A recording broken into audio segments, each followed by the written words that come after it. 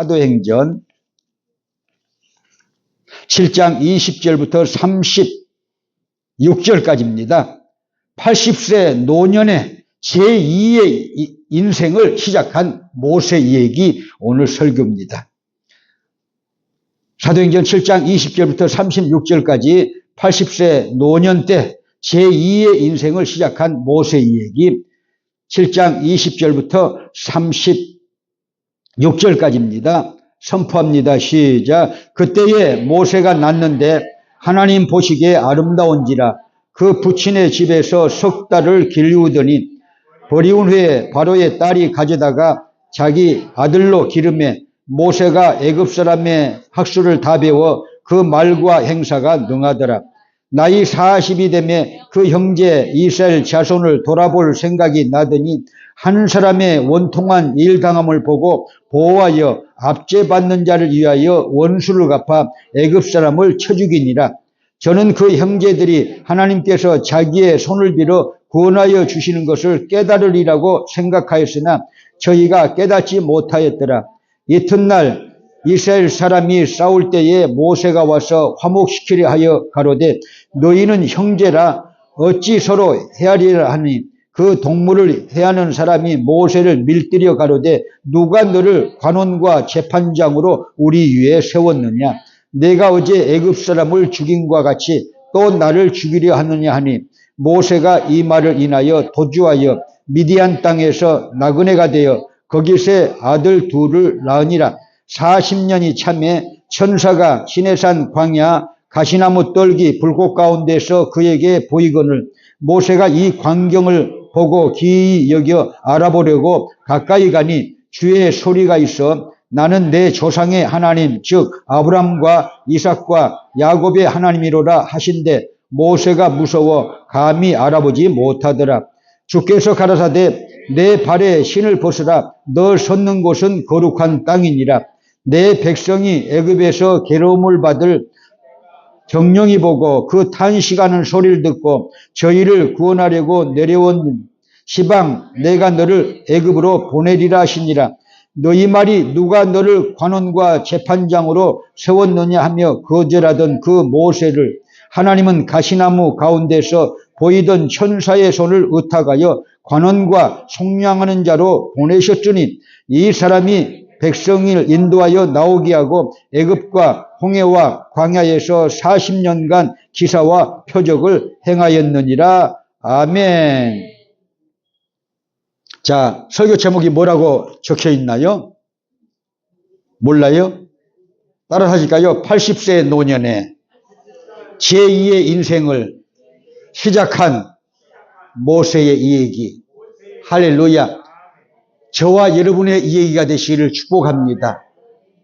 이 모세는요, 구약에서 아브람보다 더 유명한 그런 삶이고 신약에서는 예수 그리스도죠. 그런데 신약에 예수 그리스도가 오기 전에 구약에서 이런 예수 그리스도의 그 사역을 잘 나타낸 분, 먼저 와가지고 예수 그리스도의 그 사역을 먼저 선행적으로 했던 분, 그 누구냐? 모세라고 우리가 볼 수가 있어요.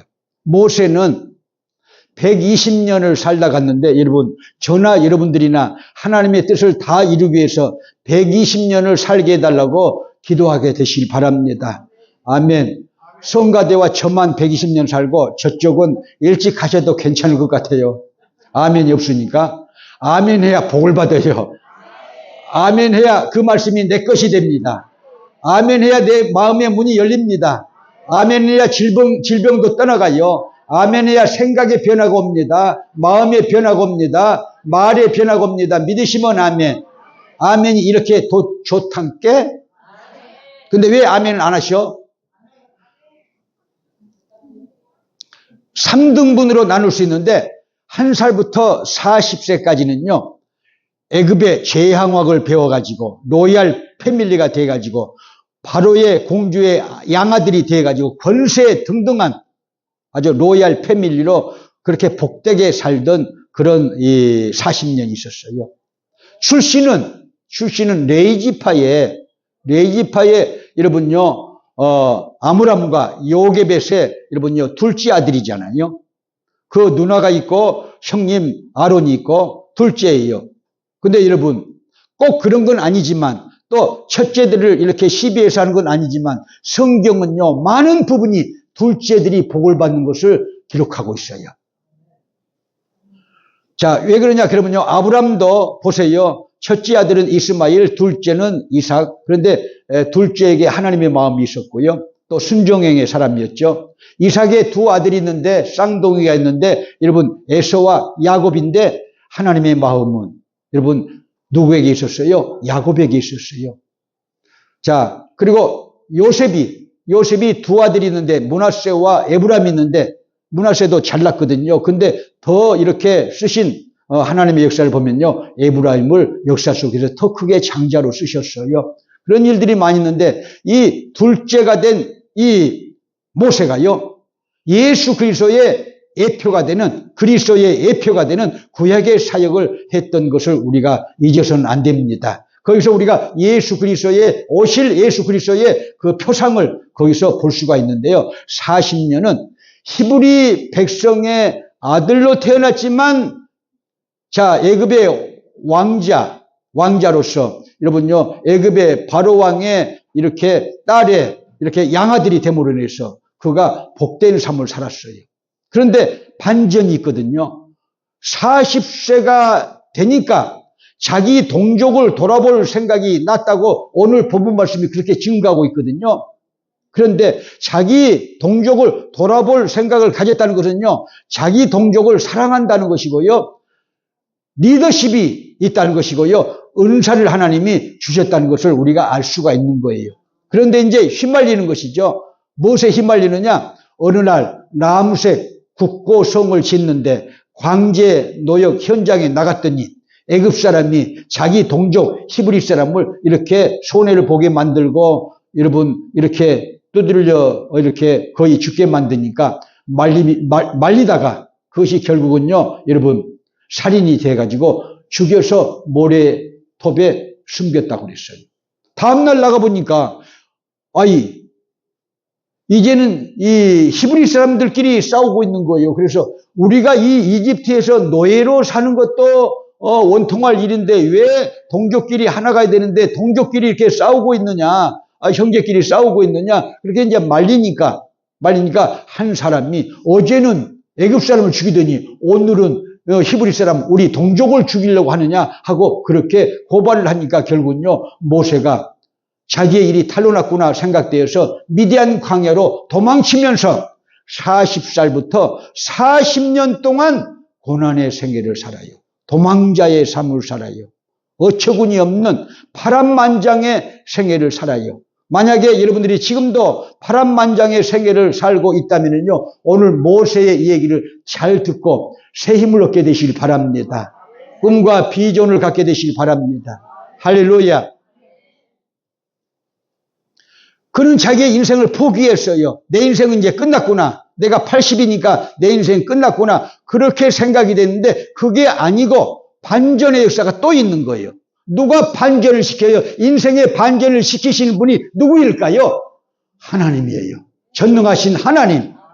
믿으시면 아멘. 모세의 일생을요, 세 가지 섭리로 하나님이 인도하시는데, 자, 인도적인 섭리. 두 번째는 예방적인 섭리. 세 번째는 허용적인 섭리로 모세의 생애를 인도하시는데, 우리의 생애도 하나님이 그렇게 인도하고 계시는 것을 믿으시길 바랍니다. 내 인생이 끝났다 하고 그렇게 모세가 80세 노년에 그렇게 생각하고 있는데요. 느닷없이 인생의 반전이 왔는데 누구를 만났느냐? 여러분, 호렙산 떨기나무 가운데서 모세를 부르시는 하나님의 음성을 들었어요. 하나님의 음성을 들었어요. 모세야, 모세야 하고 하나님이 모세를 부르셨어요. 부르심은 소명입니다. 유식하게 말하면 콜링이 되는 것이죠. 근데 사역은 사명의 삶, 사역은요, 여러분요, 미션이잖아요. 미션과 이 소명은 다른 것이죠. 근데 여러분, 하나님의 부르심에 아멘했던 모세가 인생 80이요 강건하면 70이라도 그 수고와 자랑은 슬픔뿐이요 신속기간이 우리가 날아가나이다 하고 시편 90편에서 인생 70 기껏하면 80을 이렇게 종말로 생각하던 모세에게 하나님이 나타나시니까 그 후로 40년 동안 위대한 삶을 살았다. 제2의 인생을 위대하게 살았다. 믿으시면 아멘. 여러분 이제 80이 됐으니까 내가 70이 됐으니까 나는 이제 노년이니까 노하면서 그냥 놀기만 해야지. 그러다가 죽어야지. 그런 사람이 있다면 모세의 생애를 배우시기 바랍니다. 제 선배들도 김덕환 목사님 나하고 같이 은퇴합시다. 아니 나는 젊은데 왜 자기들이 늙은이들이 나하고 같이 은퇴를 하자는 거야. 우리 교단도 또 그래.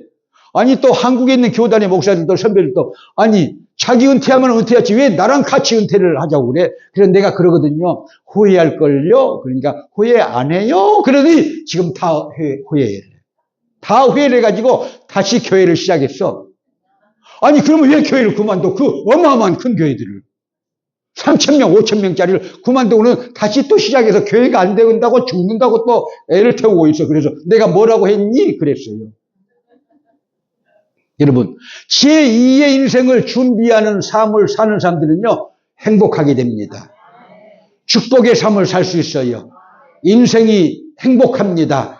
지루하지 않습니다. 외롭지 않습니다. 슬프지 않습니다. 곤고의 사슬에 매이지 않습니다. 믿으시면 아멘.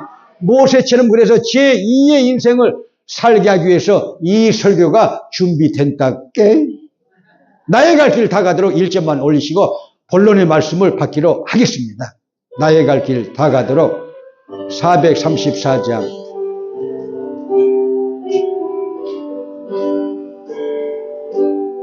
나의 갈 길 다 가도록 예수 인도하시네 내 주와 내 있는 긍휼 어찌 의심하리요 믿음으로 사는 자는 하늘 위로 받겠네 무슨 해를 만나든지 만사형통하리라 무슨 해를 만나든지 만사형통하리라 아멘. 모세가 여러분 80세까지 고단한 인생을 살았는데 그 기간이 모세에게는요 훈련하는 기간이었어요. 하나님이 훈련하시는 기간 깨닫게 되시기 바랍니다. 하나님이 무엇을 훈련하실까요? 하나님의 말씀으로 내 속에 있는 쓴뿌리들을 제거하기를 원하십니다. 믿으시면 아멘. 자, 히브리서 12장 15절 하나 볼까요? 히브리서 12장 15절 모세 속에 있던 쓴뿌리가 우리에게도 있다는 것입니다. 나에게 있는 쓴뿌리가 무엇인지 여러분들이 이 말씀을 통해서 배우고 그 쓴뿌리를 제거하는 저와 여러분 되시기를 주님의 이름으로 축복합니다. 할렐루야. 히브리서 12장 15절. 자, 우리 속에 쓴뿌리가 있는데 여러분 정신분석학자들은 이렇게 말하고 있어요. 그 정신분석학의 시조가 누구냐? 지그문트 프로이트예요. 자, 1905년에 자 오스트레일리아 대학에서 겨울학기로만 3년간을 가르쳐서 여러분 이 정신분석학 입문을 세상에 내놔서 세상이 뒤집어질 뻔했죠. 거기서 그는요 인간에게 세 가지 의식이 있다고 말하고 있어요. 무의식과 전의식과 의식. 그런데 의식과 무의식은 또렷하지만 전의식은 힘이 없어서 의식으로도 이렇게 붙고 또 전의식으로도 이렇게 무의식으로도 붙는다는 거예요. 독립성이 없다는 것입니다. 그래서 결국은요 두 가지 의식이 있는 것이죠. 의식과 무의식. 그런데 한 걸음 더 나가서 그때 당시에 유럽의 정신분석학회 부회장을 했던 목사님의 아들 칼 구스타프 융. 자, 이분이요 정신과 의사지 않아요. 그런데 세계가 뒤집어질 만한 그런 논문을 발표했죠. 지동소를 말한 갈릴레오가 지동소를 말해가지고 세계가 뒤집어졌는데 그 다음으로 학문에 충격을 준 사람이 이 칼 구스타프 융이다 하고 학문의 세계에서는 얘기를 합니다. 이 사람이 세계가 뒤집어지는 논문을 2개를 썼는데 무의식층의 세계 1, 무의식층의 세계 2를 썼어요. 거기서 무의식층의 세계 2에 보면요. 니체 얘기를 하고 있어요. 니체는 자기 속에 있는, 자기 동굴 속에 있는 짐승의 밥이 되었다. 그래서 그는 자살한 것이다. 그렇게 이제 말하고 있는데, 그 칼 구스타프 융이요, 우리 속에 동굴이 있다는 거예요. 우리 무의식 속에 동굴이 있다는 거예요. 그 동굴 속에 험악한 짐승이 살고 있다. 험악한 짐승이 살고 있다. 그 험악한 짐승의 그 목사님 아들이죠. 프리드리 니체도요. 목사님 아들이에요. 자살했지만요. 방정맞게 처음에 상처받아서 이제 예수를 멀리하게 됐죠. 정말 7살 때까지는요. 프리드리 니체가 예수 잘 믿었어요. 자기 아버지가 독일교회 목사니까. 그런데 주일마다 재정집사도 찾아오고 장로님도 찾아와서 막 자기 아버지를요. 막 이렇게 욕도 하고 린치도 막 하고 막 장부도 던지고 그런 것을 어린 애가 본 거예요. 그래서 이 예수 믿는 세계가 나쁜 세계구나 이렇게 알게 돼가지고 결국은요 어머니가 죽고 외할머니 집에서 신앙생활 하면서부터 그때는 교회를 이제 나가기 싫어해가지고 결국은 청소년 시절 때 교회를 떠나서 자라투스트란 이렇게 말했다는 긴 책에서 하나님은 죽었다고 말하지 않습니까? 이제 미친 것이죠. 그래서 미친 광기가 이렇게 점점 자라나가지고 결국은 자기 속에서 무의식층에서 한 짐승의 밥이 됐다는 거예요. 짐승의 밥이 됐다는 거예요. 우리 속에 쓴뿌리, 모세 속에 있었던 우리 속에 쓴뿌리, 정신분석학자들이 말하는 우리 속에 있는 쓴뿌리. 자, 시작. 너희는 돌아보아 하나님 은혜에 이르지 못한 자가 있는가 두려워하고 또 쓴뿌리가 나서 괴롭게 하고 많은 사람이 이로 말미암아 더러움을 입을까 두려워하고 우리 속에서 쓴뿌리가 있다는 거예요. 성경적으로는 쓴뿌리, 정신분석학 용어로는요, 뭐예요? 우리 속에 여러분 짐승들이 살고 있자고 그러잖아요. 무의식적에 짐승이 있다는 거예요. 그걸 어떻게 하면 그 짐승들을 여러분 죽일 수 있을까요? 하나님의 말씀 안에서 성령의 불을 받아라. 성령의 불을 받아라. 하나님의 말씀 안에서 성령의 불을 받아서 태워내라. 그런 것입니다. 태워내라. 내 쓴뿌리를 태워내라. 내 무의식층 속에 있는 더러운 욕망들을 태워내라. 할렐루야. 믿으시면 아멘. 태워내야 온전한 사람이 되는데 모세에게 이 쓴뿌리가 있어가지고 나온 거예요. 의식 속에 이제 여러분요 불같은 성질이 있잖아요. 불같은 성깔이 있잖아요. 모세에게. 그러니까 여러분 사람을 죽이잖아요. 그 화를 참지 못해서 사람을 죽인다잖아요. 우리 속에 무의식 속에 그런 여러분 죄의 쓴뿌리들이 있어가지고 의식의 표층을 이렇게 화를 내면요 뚫고 나와가지고 이렇게 죄의 쓴뿌리가 나를 더럽게 하고 이웃에게 해를 강한다고 그랬어요. 그러니까 모세에게 있던 쓴뿌리가요, 여러분요, 나오니까, 무의식층을 뚫고 나오니까 다른 사람을 죽이지 않아요. 모세가 이것 때문에 40년 고난을 당했다. 쓰임받기 위해서 40년 고난을 당했다. 여러분, 그래서 우리 속에 있는 쓴뿌리를 기억하고 우리는 없애야 될 줄로 믿으시길 바랍니다. 할렐루야. 178장 이렇게 2절에 보면요. 이렇게 나와요. 정욕과 죄악에 물든 마음을 성령의 불길로 태우사. 할렐루야. 김민지 양 부탁할까요?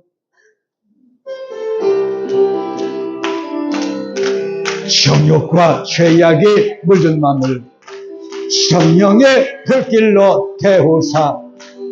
정결케 하소서. 태우소서.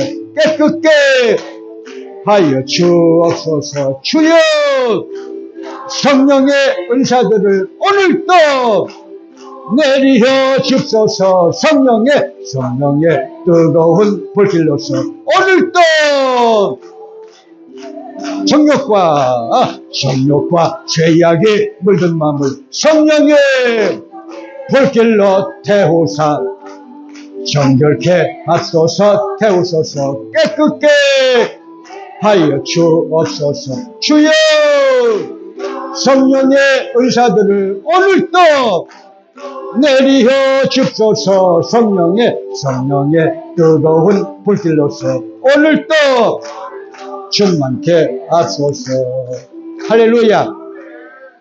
우리 아버지가 이 말을 하지 말라고 그랬는데 제가 다 해버렸어요. 이미 해버린 것이니까 어쩔 수가 없어요. 저희 형님도 우리 가난했다고 얘기해 봐라. 그러니까 내가 옛날 다 해버렸어 그랬어요. 뭘 속일 필요가 뭐가 있어. 하나님의 은혜로 잘된 것을 말해야죠. 자기를 속일 필요 없어요. 할렐루야. 그런데 저희 아버지가 불알 두 쪽만 가졌다고 그랬잖아요.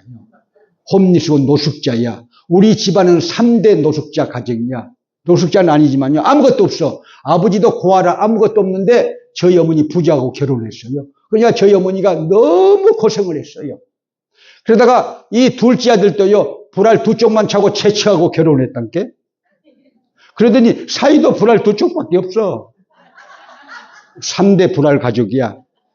그런데 여러분 너무너무 가난했는데 저희 아버지가 그래도 처가 쪽이 잘 사니까 처가살이를 하자고 저희 어머니를 꼬시는데 2년 걸렸어요. 죽어도 처가집은 안 간다는 거예요. 어머니는. 왜? 오죽이나 신랑을 잘못 만났으면 살다가 못 살고 친정집으로 돌아왔겠느냐고 우물가에서 다 말할 것 같으니까 저희 어머니는요. 창피한 일이니까 절대 안 간다고 했는데 절대 가자고 매일 싸우다가 아버지에게 져가지고 진짜로 처가살이를 시작했어요. 딸만 셋이 있으니까 그 잘된 집안, 그 부잣집 남씨 가문이잖아요. 그러니까 대를 사이를 삼아가지고 결국은요, 여러분 물려주려고 했어요. 진짜로 물려주려고 남도령 할아버지가 외할아버지가 아버지한테 물려주려고 했어요. 그래도 심성은 착하거든요. 저희 아버지가 착하니까 그것을 보고 물려주려고 이제 불렀어요. 그래가지고 저희 아버지 이제 신이 났는데 저희 어머니는요 우물가도 못 나가. 왜? 옛날에는 우물가 나가가지고 거기서 말을 다 만들고 말을 다 소통하잖아요. 못 나가. 왜? 오죽이나 신랑을 잘못 만났으면 그렇게 다시 친정집으로 돌아왔겠느냐고 우물가에서 언니들이나 동생들이나 또 어르신들이 그럴까 봐서 우물가로 못 나가고 있는데 저희 아버지만 아주 살판 났어. 왜 살판이 났느냐? 여러분 4,000평 땅을 준 거예요. 논 2마지고 밭 4,000평을 줬는데 밭 4,000평에다가 뭘 심어놨느냐? 참외와 여러분 참외와 수박을 심어놓고는요. 그것이 한 5cm, 6cm 자라나가지고 여하튼 행복해서 미쳐 아주 죽어.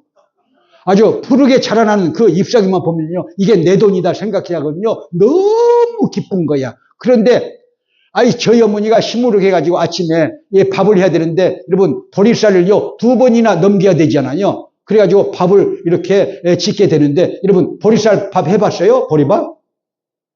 나만 보리밥을 또 먹고 살았네. 나만 또 이 보릿고기를 넘고 살았군요. 몰라도 돼요. 자, 불을 이렇게 떼가지고 2번이나 이 보리쌀을 이렇게 끓여내야 그게 나중에 밥이 되는 거예요. 몰랐죠? 몰랐다고 그러잖아요. 나만 별 3개를 살고 온 사람이야. 그러니까 늦어, 밥이 늦어. 아니, 아버지는 막 아주 신이 났어요. 신이 나서 꿈과 비전이 넘쳐. 날마다 그 수박 밭에 가서, 참외 밭에 가서 그거 자라는 것이 이렇게 너무나 꿈을 주고 비전을 주고 막 마음에 여러분 기쁘니까 막 물 주고 막 그러면서 가꾸는 일을 하고 있는데 밥을 늦게 주니까 화딱지가 난 거야. 그래가지고 이제 싸웠어. 아침에 식전에 둘이 싸우는데 크게 막 싸우는 게 아니라 육박전이로 장미 전쟁처럼 영화처럼 그렇게 싸우는 것이 아니고 저희 집안은 싸워도요 말 한 자리로 딱 싸우고 말만 안 하는 거야. 그런데 저희 아버지가요 늦게 가져왔다고 아침밥을 늦게 차려왔다고요. 그걸 들어가지고는요 여러분요 그냥 상째 이렇게 던졌어요. 마당에다가. 그래서는 안 되겠죠. 그런데 보세요. 저희 어머니가 얼마나 그것이 원통했으면요. 이렇게 리얼하게 얘기를 해줄까요? 저희 어머니가 다 얘기를 해주니까 제가 알잖아요. 그 보리밥을 담아놨는데 그것이 굳어가지고요. 그래서 그릇에 나와서 또글또글 굴러가지고는요. 개밥통 속으로 들어갔어. 그게. 그래서 저희 아버지가 화가 나가지고 예이 하면서 이렇게 이 신발도 신지 않고 가서 화난 김에 4,000평 여러분 수박밭 4,000평 참외밭에 가서 5cm, 6cm 이렇게 자라난 수박순과 참외순을요, 여러분요, 1시간에 걸려서 다 뽑아버렸어. 다 뽑아버리고 나는 간다. 진월리로 간다. 내 동네로 간다. 가버렸어요. 잘했게 못했게요. 후회할 일을 한 거야. 후회할 일을 한 거야. 저희 외할아버지가 노발대발을 했죠. 노발대발했죠. 그것도 못 참아서 그렇게 부부싸움을 하고 이렇게 고무신도 신지도 않고 진월리로 돌아가 버렸다. 본가로 돌아갔다는 것이죠. 그래가지고 2개월 되니까 이제 후회가 돼. 이제 2개월이 딱 되니까 후회가 되는 거야. 그래가지고 이렇게 다시 처갓집으로 못 들어갈까 이렇게 어머니한테 또 타진을 해라고 하니까 제 외할아버지가 2년 동안 머슴살이를 하고 오면은 받아주겠다는 거야. 이제 2년 동안 남의 집에 와서 머슴살이를 하고 오면은 받아주겠다. 머슴살이 알아요, 몰라요? 이쪽만 알고 저쪽은 아무것도 몰라. 별 세계에서 사신 분들이야. 그러니까 3개월 하니까 못하겠더래요, 머슴살이를. 그래서 결국은요, 처갓집에서 이렇게 문을 닫아가지고 데릴 사이가 못 되고 그 유산을 받지 못했어요. 화내가지고. 모세도 화를 내가지고 40년 동안 고난의 역정이 있었다. 도망갔어요. 이제 살인자가 되고 도망갔잖아요. 도망갔어요. 자, 그런데 모세가 리더십은 있는 것 같아. 40세에 자기 동족을 돌아볼 생각이 나더냐고 7장 말씀이 나왔잖아요. 오늘요. 40세가 되니까. 리더십은 있는 것 같아. 아니, 미디안 광야로 도망쳐가지고 며칠 동안 도망쳐가지고 여러분요, 미디안 이 사막에 이렇게 우물가에 앉아있는데 십보라라는 그런 처녀와 그 자녀들이 여러분 양을 물을 들고 이렇게 먹이러 왔어요. 물을 먹이러 왔는데 다른 얄궂은 목자들이 남성 목자들이 막 시비를 하니까 모세가 내쫓아주고는요 다 물을 먹이게 해줬어. 그리고 다 물을 먹여줬다고 성경에는 나와 있어요. 그러니까 그 중에서 이 장녀가 되는 십보라가 뿅 간 거야. 아니, 오늘은 너 왜 일찍 왔느냐? 왜 양들을 물을 먹이고 일찍 왔느냐? 그러니까, 아니, 어떤 남자가 그렇게 목자들을 데치고 양무리를 다 물을 먹여줘서 우리가 일찍 왔습니다. 그러니까, 아니, 그런 삶을 그냥 거기다 놔두고 왔으면 됐냐? 밥이라도 이렇게 우리가 지어가지고 이렇게 접대를 해야지 가지고 이렇게 여러분요, 모세를 자기 집으로 끌고 와서 여러분 밥을 먹였는데 그게 데릴 사이가 된 거야. 데릴 사이가 된 거야. 여러분. 모세는요, 학문이 정통한 사람이잖아요. 로얄 패밀리잖아요. 애굽의 학문을 다 배웠다고 스데반 집사님의 이 설교 중에 지금 나오고 있거든요. 그러면 그런 대단한 지식인이에요. 왕자지만 대단한 지식인이에요. 그런 지식인이 여러분요, 사막에 들어가서 양떼를 키우는 집안에 데릴 사이가 돼가지고 자식을 낳는데 큰 자식이 게르솜이야. 게르솜은 뭐냐? 내가 타국에서 객이 되어서 산다. 여기에 방점을 둬야 돼. 모세의 마음이 거기에 나타났어요. 내가 객이 되어서, 낯선 땅에서 객이 되어서 이렇게 살고 있다. 게르솜이란 뜻이 그렇다는 거예요. 아니, 자기가 결혼했으니까 남자의 집은 여자고 여자의 집은 남자다. 깨달아지시면 아멘. 루키 3장에 그렇게 기록되어 있어요. 아니에요. 불편한 집도 있고 편한 집도 있지만 남자의 집은 여자, 여자의 집은 남자. 맞아요? 틀려요? 김도관이의 철학이야 이게요. 근데 불편한 집도 있다. 편한 집도 있다. 그러니까 이 모세는 불편한 거야 이게. 지식인인데, 당대의 유명한 지식인인데 아무것도 낯놓고 기억자도 모르는 십보라와 살면서 정신적인 너무나 갈등이 많은 거야. 그러니까 아들 낳고도 내가 타국에 와서 객으로 산다. 얼마나 비참한 이 생활입니까? 만약에 그런 비참한 생각이, 그런 우울증이, 외로운 생각이 여러분들에게 있다면요, 여러분 이 말씀을 잘 들으시기를 바랍니다. 할렐루야. 모세의 마음을 누가 알고 내가 어젯밤에 모세의 마음을 알아가지고 내가 타향살이를 불러줄게요.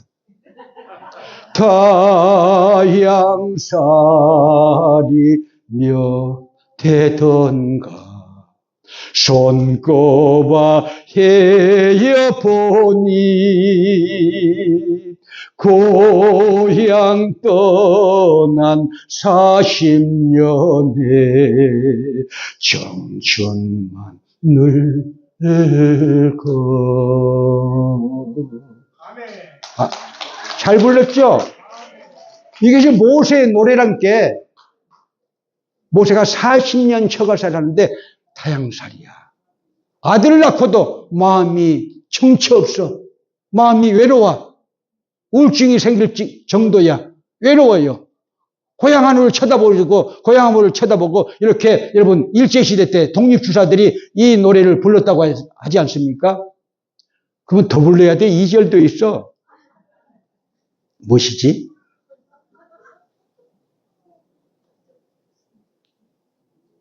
고향 앞에 포도나무 올 봄도 푸르련만 창문 열고 바라보니 고향 저편. 할렐루야. 모세의 노래란 게 이게 김도관 노래가 아니고, 여러분, 남인수 씨 노래가 아니고, 여러분, 모세의 노래라니까. 40년 처가살을 하면서 타향살을 하는데 미치겠는 거야, 지식인이. 그 광야에 처박혀가지고 장인 이드로의 양떼를 치는데 자기 재산은 80이 돼도 한 푼도 없어요. 자기 재산은 80이 됐는데도 한 푼도 없어. 이런 사람이 있을까요? 지식이 많을수록, 배움이 많을수록 그 외로움의 깊이도 더 깊은 것이죠. 더 깊은 것이죠. 여러분, 함정에 빠지듯이, 굴에 빠지듯이 쑥 마음이 빠지면요, 헤어날 수가 없는 것이요. 정치 없는 이렇게 인생을 살게 되는데요. 그가 어떻게 해서 반전의 역사를 맞이하게 됐냐? 자기 장인 영감의 양떼를 치면서 오늘 또 이 짓을 하는가, 오늘 또 이 짓을 하는가,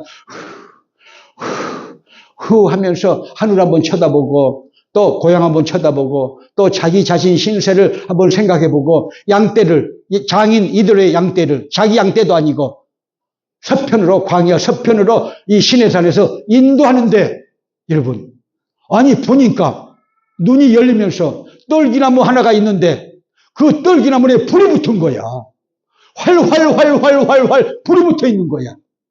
아니 이상하다. 왜 그 떨기나무에, 가시나무에 불이 붙었으면 타지야 되는데 그 가시나무는 타지 않고 있나? 저는 이것을 모세의 마음속에 있는 쓴뿌리라고 생각해요. 애굽의 학정에서 고통당하는 이스라엘 백성들의 한숨이지만요, 고난의 삶을 이렇게 사는 것을 말하는 것이지만 또 더불어서는요, 모세 속에 있는 쓴뿌리야. 이게 가시. 그 가시가 나와서 무식증을 뚫고 나와가지고 여러분요, 결국은요 사람을 죽였잖아요. 그 가시로 사람을 죽였잖아요. 모세 속에 있는 쓴뿌리 우리 속에 있다는 거예요. 이스라엘 백성들이 여러분요, 이 이집트에서 400년 동안 고난의 삶을 산 것이 이 가시덤불 속에 불이 붙은 것과 똑같은 것이죠. 그 불을 붙게 한 이는 누구냐? 애굽의 바로 왕이지 않아요. 가시떨기는 누구냐? 이스라엘 백성들의 고통이면서 이스라엘 백성들의 고통뿐이냐? 모세의 고통이라는 거예요. 이 지식인이 40년 동안 자기가 원하는 일을 해야 되는데 그 원하는 일을 할 수 없고 하지 못하고 이제 청춘만 가고 늙었으니까 인생 끝난다 생각하니까 너무나 괴롭고 너무나 외롭고 너무나 우울증이 심해졌다. 깨달아지신가요? 내 신세와 같다고 생각하는 사람 여기 이 중에 있나요? 있구만. 여기도 있나요? 없네. 그런 사람은 누구를 만나야 되냐? 하나님을 만나야 돼. 그 떨기나 불꽃 가운데서 여러분요 보세요. 모세야 그래요. 누가 모세의 이름을 불러주겠어요? 누가 불러줘요? 처가살이라는 이 사람. 모세의 이름을 누가 불러줘요? 하나님이 불렀어요. 할렐루야. 자, 부르심, 소명이잖아요. 콜링이잖아요. 여러분, 오늘 여러분들이 이 설교 첫 번째 설교인데 3번 할 예정인데요. 주님의 음성을 듣게 되시 바랍니다. 고난 속에 있습니까? 외로움 속에 있습니까? 절망 속에 있습니까? 내 인생 이제 저물어 가는데, 이제 80이 다 되어 가는데, 이 하면서 내 인생 끝나고 있다고 생각되시는 그런 분이 계신가요? 모세처럼 하나님을 만나서 제2의 인생길을 걸어가게 되시기를 주님의 이름으로 축복합니다. 고난을 겪은 사람들은요, 마음이 넓어요. 마음이 넓어져요. 고난을 겪는 사람들은요, 아픔을 겪는 사람들의 마음을 헤아릴 수가 있어요. 가난한 사람들의 마음을 헤아릴 수가 있어요. 고난을 겪은 사람들은요, 가난한 사람들이 눈에 보여오는 거예요. 눈에 보여오는 거예요. 여러분, 모세와 같은 그런 환경 속에 있다고 생각되시는 분은요, 주님을 만나는 은총을 받게 되시기를 주님의 이름으로 축복합니다. 할렐루야. 자, 큰 그릇일수록, 큰 그릇일수록 대기만성 고난을 받는 것이죠. 훈련을 받는 것이죠. 여러분, 그 고난의 훈련을요, 모세는 40년을 받았어요. 자, 요셉은 17년 동안 고난을 당했어요. 무엇을 잘못해서가 아니에요. 시기 질투를 받아서 형님들에게 여러분요, 이런 팔려갔잖아요. 또 여러분 감옥에 갇힌 것도 이번 잘못했어요. 요셉이 잘못한 것이 없었어요. 하나님이 그를요 연단시켜서 위대한 리더십을 발휘하게 해서 애굽을 구원해 내려고, 이스라엘 백성들을 구원해 내려고 하나님이 여러분요 모세를 연단시키듯이 이 요셉도 연단시키셨어요. 다윗도 30세에 여러분요 왕이 됐잖아요. 요셉도 30세에 국무총리가 됐잖아요. 만약에 30살이 됐는데요, 여러분요, 아무런 고난도 없고, 아무런 여러분 훈련도 없고, 아무런 여러분요, 고난의 터널을 하나님의 이런 섭리 가운데 이렇게 걸어간 적이 없다고 하면요, 르호보암 같은 삶을 살아요. 고난을 겪어보지 못한 솔로몬의 아들 르호보암은요, 왕이 되어서도 그런 고난과 훈련이 없으니까요, 판단을 잘못하지 않아요. 판단을 잘못해서 나라를 주쪽으로 딱 내놓지 않아요. 또 젊은 사람들의 말을 들어가지고 또 어르신들의 말을 듣지 않아가지고 나라가 주쪽으로 갈라지잖아요. 고생을 해본 사람들과 고생을 안 해본 사람들은 목사도 다르고 성도도 다르고 기업인도 다르고 다 다른 거예요. 이왕이면은 여러분 리더십을 가진 사람들은요 고난의 풀무불을 견디고 나와야 된다. 믿으시면 아멘. 나의 가는 길을 오직 그가 하시나니 그가 나를 단련하신 후에는 내가 정금같이 나오리라. 내가 정금같이 나오리라. 내가 정금같이 나오리라. 이 욥도 뭐가 잘못된 것이 아니고 자기가 이 잘못된 일들이 많았던 것이 아니고 여러분요 죄로 바꿔라서 자기 친구들 말대로 이렇게 욥이 망한 것이 아니고 사단의 회방 때문에 그런 거예요. 깨닫게 되시 바랍니다. 욥도 고난을 당했어요. 다윗도 고난을 당했어요. 모세도 고난을 당했어요. 여러분 요셉도 고난을 당했어요. 그래서 여러분 내가 그런 상황에 있다고 생각되시면요 오늘 키포인트는 하나님을 만나라는 거예요. 할렐루야. 주의 음성을 들으라 하는 것입니다. 주의 음성은요 여러분요 고요할 때도 하고 바쁠 때도 오지만 성경 말씀 안에서 주의 음성이 들려오는 것을 믿으시면 아멘. 할렐루야. 할렐루야. 그렇게 되기를 원하시면 아멘. 자, 두 번째 말씀은 다음 주에 하겠나이다. 지금 가겠다고 하는 사람들이 많으니까 나 빨리 가야 되는데 하는 사람들이 있으니까 빨리 가게 해드릴게요. 자, 찬양 올려드릴까요? 세상에서 방황할 때.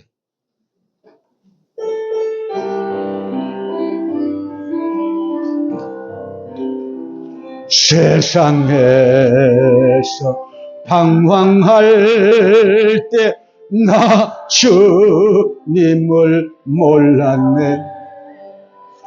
내 맘대로 고집하며 온갖 죄를 저질렀네. 예수여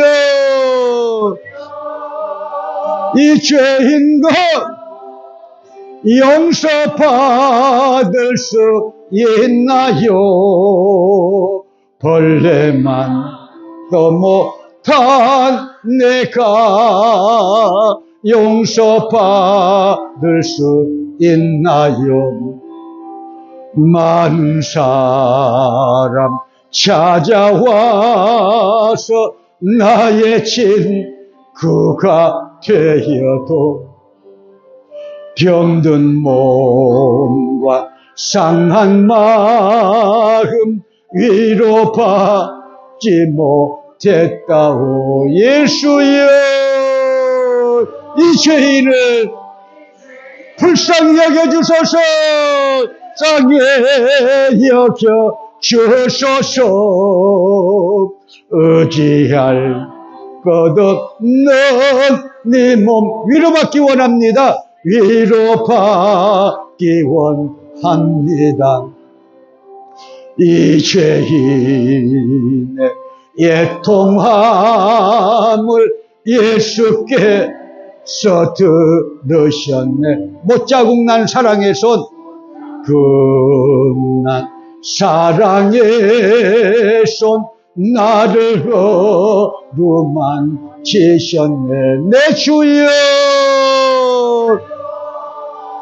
이 죄인이 다시 눈물 흘립니다. 다시 눈물 흘립니다.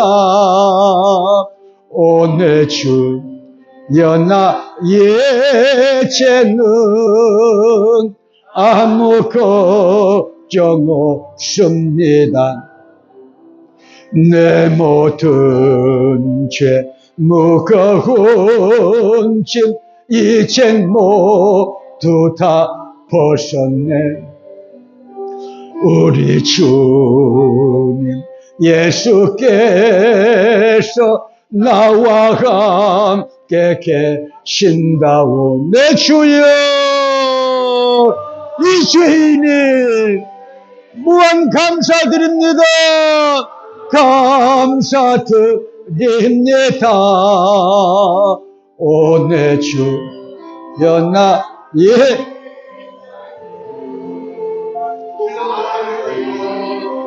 바칩니다. 주를 위해 바칩니다. 주를 위해 바칩니다. 할렐루야, 할렐루야, 할렐루야. 오늘이 6월 1일이고 첫 주일입니다. 설교 말씀에 레마가 있었을 거예요. 그 레마를 붙잡고 기도하게 되시길 바랍니다. 그 다음에 6월달 응답받기 위해서 우리 통성으로 기도합니다. 주여 3차 가시게 기도하십니다. 주여, 주여, 주여. 거룩하신 아버지 하나님,